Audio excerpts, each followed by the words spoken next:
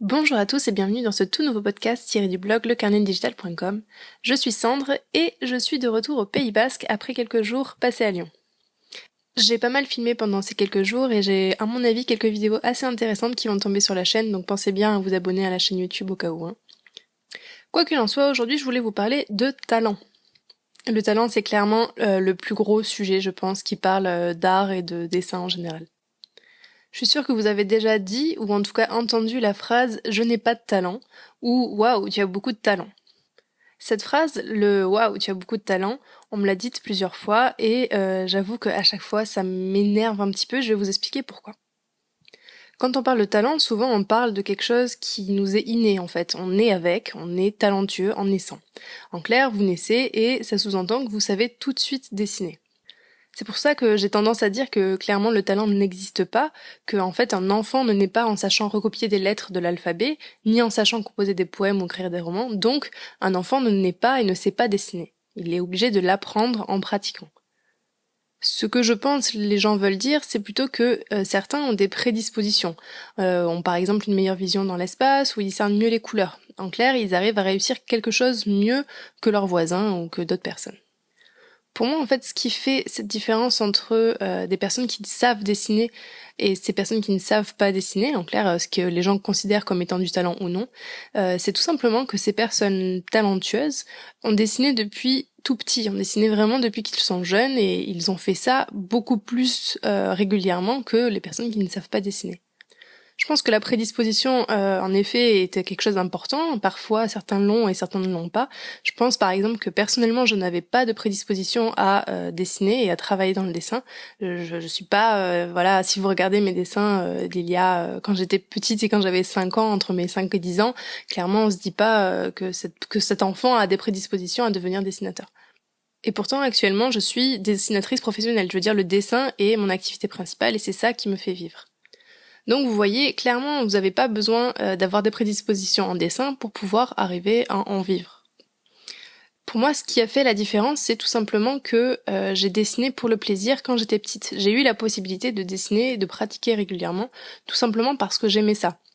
Les personnes qui se considèrent justement non talentueuses et qui ne savent pas dessiner, selon leur propre dire, c'est tout simplement qu'ils n'ont pas dessiné quand ils étaient enfants, ou en tout cas pas assez, ou ils n'ont pas continué plus tard, une fois passé à l'âge adulte, et c'est ce qui a fait tout simplement qu'ils ne savent pas aussi bien dessiner qu'une personne normale. Je vais considérer que vous avez eu une enfance classique, et que vous avez eu accès à un papier et un crayon. Si vous considérez que vous n'avez pas de talent, c'est parce que vous vous comparez à quelqu'un qui dessine potentiellement mieux que vous, on est d'accord. Et enfin, pour moi, si elle dessine mieux que vous, ce n'est pas parce qu'elle a plus de talent, mais tout simplement parce qu'elle a plus souvent pratiqué en fait. Elle a plus souvent dessiné dans sa vie. À âge égal, elle a plus souvent passé de temps devant une feuille à dessiner. Si je devais faire une comparaison, ça me fait un petit peu penser aux Sims. Je sais pas si vous voyez ce jeu vidéo, les Sims, où vous contrôlez des petits personnages virtuels. Ils ont des besoins, donc il faut penser à leur faire prendre leur douche, il faut les nourrir, mais il faut aussi leur faire pratiquer des activités.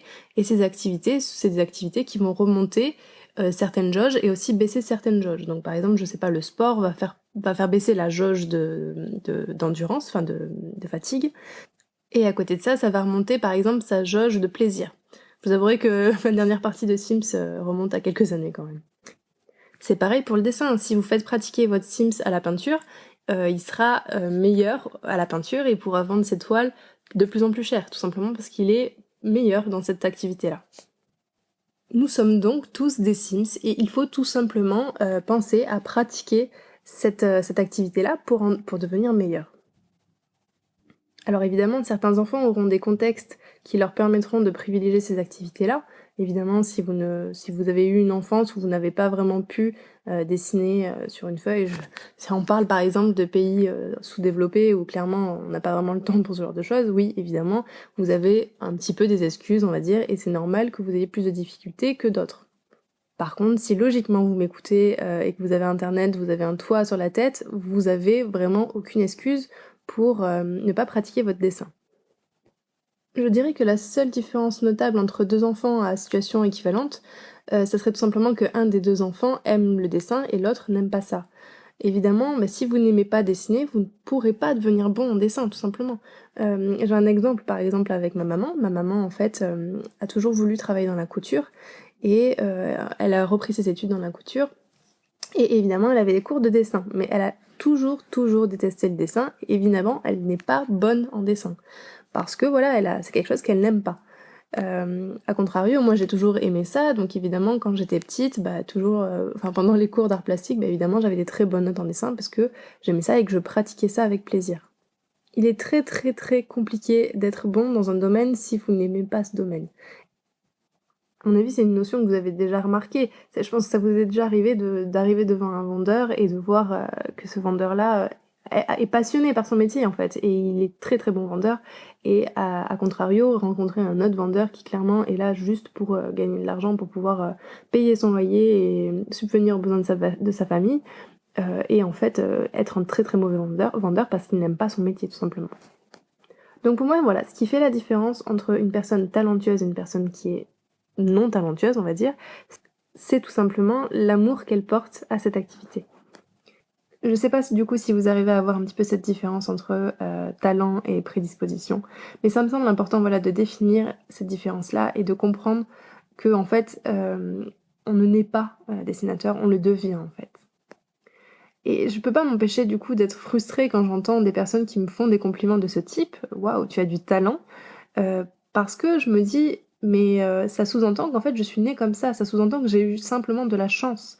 Ça sous-entend que je n'ai pas été active, si vous voulez, dans le fait que je sois à la place où je suis actuellement, dans le fait que je travaille dans un milieu que j'aime, dans le jeu vidéo, dans le fait que je sois payée pour dessiner. Voilà, toute cette notion de tu as du talent sous-entend pour moi, alors peut-être que c'est un peu, voilà, je suis un peu extrême, mais ça sous-entend pour moi qu'en fait j'ai eu tout simplement de la chance. Alors qu'en fait non, c'est clairement j'y suis arrivée car j'ai travaillé tout simplement. J'ai eu la chance certes d'avoir par exemple une famille qui m'a soutenue dans ce domaine-là. J'ai eu la chance de rencontrer les bonnes personnes, j'ai eu la chance de naître dans un pays un minimum développé et qui m'a permis de développer cette compétence. Mais il n'empêche que j'ai été active dans ce chemin-là, j'ai été acteur en fait de mon propre chemin si vous préférez. Donc si vous vous posez la question de voilà, j'aimerais travailler dans le milieu de l'art, du dessin, mais je n'ai pas de talent, je n'ai pas de prédisposition particulière, dites-vous que les prédispositions c'est pas important, les prédispositions c'est rien du tout, c'est même peut-être, allez, si on devait mettre des chiffres, j'ai envie de dire c'est 5 à 10% du résultat final. Dans mon école, j'ai vu beaucoup de personnes qui avaient un très bon niveau avant de rentrer. Quand j'étais en STIR appliqué, donc maintenant c'est la CD2A, j'ai vu des personnes qui étaient très fortes avant de rentrer dans l'école et en sortant avaient du coup une marge de progression qui était moins importante que les personnes comme moi qui n'ont aucune prédisposition et qui ont dû travailler pour en arriver où elles en sont actuellement. Donc arrêtez de vous poser cette question de est-ce que j'ai du talent, est-ce que je vais y arriver, est-ce que voilà, si je me compare à d'autres, je sais rien faire. Arrêtez de vous dire ça parce que clairement c'est une manière de se chercher des excuses, une manière de se dire c'est injuste, moi je ne suis pas née avec des prédispositions, je n'ai pas de talent, donc je ne vais pas faire d'efforts si vous voulez. Et au contraire, dites-vous que finalement, quand vous arriverez à vos objectifs, vous aurez encore plus de mérite qu'une personne qui a justement ce talent ou ces prédispositions. Pour moi, c'est important d'accepter que certaines personnes, oui, en effet, sont clairement des génies du dessin, ou alors c'est qu'ils ont vraiment passé toutes leurs heures disponibles à faire ça, je sais pas. Mais certains, oui, sont impressionnants. Par exemple, je le répète souvent, mais un de mes maîtres que j'admire énormément, c'est Kim Jong-ji. C'est un illustrateur coréen qui, en clair, dessine comme une imprimante, quoi. Il a tout maîtrisé. Alors je sais pas du tout si c'est une forme de génie, on va dire, il a eu des grosses prédispositions, ou c'est tout simplement qu'il a fait que dessiner. J'ai cru lire quelques trucs sur lui, justement, comme quoi le dessin était tout pour lui, comme par exemple Bastien Vives qui, a dit une fois en interview que clairement le dessin c'était toute sa vie quand il était jeune et qu'il ne faisait que ça finalement. Moi quand j'étais petite, le dessin n'était pas toute ma vie. Je n'ai pas fait que dessiner dans ma vie, j'ai fait plein d'autres choses, j'ai joué aux jeux vidéo, ça a été aussi une part importante de ma vie, et c'est peut-être pour ça aussi que finalement je me retrouve dans le jeu vidéo et pas simplement illustratrice. Répétez-vous que vous êtes tout simplement unique, vous avez un parcours qui est unique, vous avez un niveau en dessin qui est unique, donc faites avec ce que vous avez. Vous ne pourrez jamais être à la place de quelqu'un d'autre, vous ne pourrez jamais être à la place de quelqu'un de plus talentueux que ce que vous êtes, donc acceptez qui vous êtes, acceptez votre niveau, acceptez le fait que vous n'avez peut-être pas de talent particulier ou de prédisposition, et c'est pas grave, travaillez justement pour être de mieux en mieux, être meilleur, et voilà, et comparez-vous à votre ancien vous. C'est notamment une notion qu'on a d'ailleurs en sport, où on essaye toujours de comparer son propre temps, par exemple en course, et pas se comparer aux meilleurs qui sont, voilà, qui sont des dieux du sport. C'est juste quelque chose qui n'est pas comparable. Vous êtes vous, vous avez votre propre parcours, et qu'importe le moment où vous décidez de commencer le dessin, il n'est jamais trop tard. Et ce n'est pas parce que vous n'avez pas de talent que vous ne pouvez pas réussir, et que même vous ne pouvez pas prendre de plaisir à dessiner, tout simplement. Parce que là, je m'adresse plutôt, c'est vrai, aux personnes qui veulent en faire leur métier, mais si vous êtes là juste pour apprendre à dessiner pour le plaisir, arrêtez de vous comparer aux autres. Ça n'a aucun intérêt. Ces personnes-là dessinent tous les jours de 8h à 18h minimum. Quand on est professionnel, n'oubliez pas que voilà, on dessine tout le temps, tout le temps, tout le temps. C'est normal que les professionnels aient un meilleur niveau que des amateurs. Ce sujet me semble important parce que le nombre de personnes que j'ai pu croiser qui regardaient mon travail, que ce soit sur le blog ou même de manière professionnelle, et me disaient mais j'aimerais tellement faire ce que tu fais, moi tu sais je n'ai pas de talent, et c'est quelque chose qui me rend triste et en même temps m'énerve. Parce qu'en fait, c'est finalement une croyance limitante. On se dit qu'on n'y arrive pas parce qu'on se définit comme étant quelqu'un qui ne sait pas dessiner. Ça me rappelle un peu une situation similaire. Quand j'étais petite, j'ai toujours été très très mauvaise en sport. J'étais le genre de fille qui finissait dernière à la course, derrière les personnes en surpoids et ceux qui avaient de l'asthme, si vous voulez. Et je me suis toujours définie comme étant la fille qui n'est pas bonne en sport et qui n'aimera jamais le sport et qui n'en fera jamais. Et finalement, en fait, plus tard dans ma vie, j'ai commencé à me remettre au sport de manière plus sérieuse et régulière, et j'ai apprécié le sport que je faisais. Alors c'était pas de la course, parce que je n'aime toujours pas la course, mais par contre, voilà, j'ai pu faire d'autres activités qui me correspondaient mieux, et j'ai commencé un petit peu à me redéfinir comme une personne qui aime le sport. Et je pense que c'est pareil en fait. Si toute votre vie vous vous dites je ne sais pas dessiner, je n'ai pas de talent, bah, évidemment que vous ne saurez pas dessiner, vous n'aurez pas de talent, parce que vous ne le pratiquerez pas et du coup vous ne pourrez pas devenir meilleur dans cette activité. Le problème du dessin aussi, c'est qu'on a tendance à se dire que c'est un talent un peu divin, quoi. C'est quelque chose qui touche certaines personnes et qui n'en touche pas d'autres. Pour moi, cette notion, elle vient sûrement de la Renaissance, où en fait on avait des artistes, enfin, des dessinateurs qui étaient aussi des scientifiques, comme par exemple Léonard de Vinci, qui en fait étaient clairement des génies et que on idolâtrait pour ça en fait. Que c'était une espèce de don qui nous tombait du ciel comme ça, et que si le don ne tombait pas du ciel, ben, on pouvait pas devenir dessinateur. Les choses ont changé maintenant. Maintenant que vous avez accès à énormément de connaissances, vous avez évidemment Internet, sur lesquels vous pouvez apprendre énormément de choses de manière gratuite, et on se rend bien compte que finalement ce n'est pas un talent, ce n'est pas juste quelque chose qui nous tombe du ciel.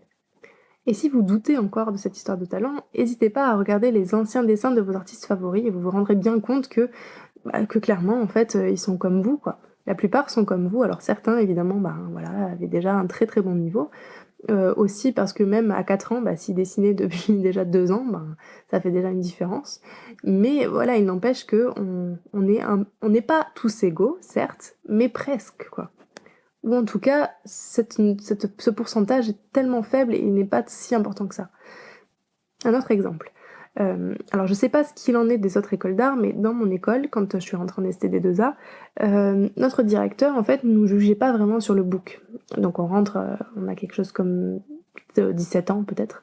En tout cas, l'entretien est à 17 ans et on juge vite fait notre book, mais ce qu'on juge surtout, c'est notre motivation, notre état d'esprit. Est-ce qu'on va par exemple au musée? Est-ce que on est curieux? Est-ce que on a envie d'être meilleur? Pourquoi est-ce qu'on a envie de le devenir? Quel est le type de métier qu'on a envie de faire? C'est plus là-dessus qu'on est jugé, et pas vraiment sur notre book, parce qu'au final, tout est à faire en fait. Tout est à faire. Vous avez à peine 17 ans. À 17 ans, vous avez rien vécu encore. Vous n'avez pas encore eu vraiment le temps de pratiquer le dessin. Et justement, je trouve que c'est intéressant. C'est de dire, si vous ne savez pas dessiner à 17 ans, ou si vous ne savez pas dessiner à 20 ans, ou à 30 ans, ou à 40 ans, c'est pas grave. Parce qu'à partir du moment où vous aimez ça, vous progresserez. L'âge importe peu au final. Ce qui importe, c'est les choix que vous allez faire à partir du moment où vous avez pris la décision que vous voulez devenir un meilleur dessinateur. Où est-ce que vous allez porter votre attention? Où est-ce que vous allez même mettre votre argent? Où est-ce que vous allez décider de passer du temps? Est-ce que vous préférez boire des coups avec vos amis? Ou est-ce que vous préférez passer 4 heures à dessiner devant votre ordi ou devant votre feuille? J'ai peut-être des mots un peu durs, hein, mais c'est important aussi de se dire que c'est un sacrifice finalement que vous devez faire. C'est si vous passez du temps à dessiner tous les jours, évidemment vous ne pourrez pas le passer ailleurs. Alors évidemment c'est toute une question d'équilibre, vous n'êtes pas obligé de devenir un ermite et de dessiner tous les jours devant une feuille, mais il faut que vous preniez une décision et que vous choisissiez qu'est-ce qui est le mieux pour votre objectif, si votre objectif est évidemment d'être un meilleur dessinateur. Alors s'il vous plaît, arrêtez de considérer que le dessin c'est un talent et c'est une capacité innée qui nous tombe du ciel quand on est, parce que ce n'est pas vrai. Seul le travail est important, seule la pratique régulière du dessin est importante. Seuls les choix que vous allez faire dans votre vie vont vous mener ou non à vos objectifs. Un de ces choix pourrait être notamment de m'envoyer un dessin après m'avoir laissé un commentaire sur la page Apple Podcast de ce podcast, pour que je vous donne un avis sur votre dessin, afin que vous sachiez quoi travailler à l'avenir.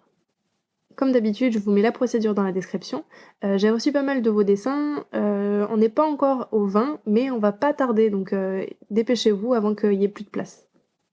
En attendant, moi je vous dis à la prochaine fois sur un article, une vidéo ou un podcast sur lecarnetdigital.com. Allez, ciao!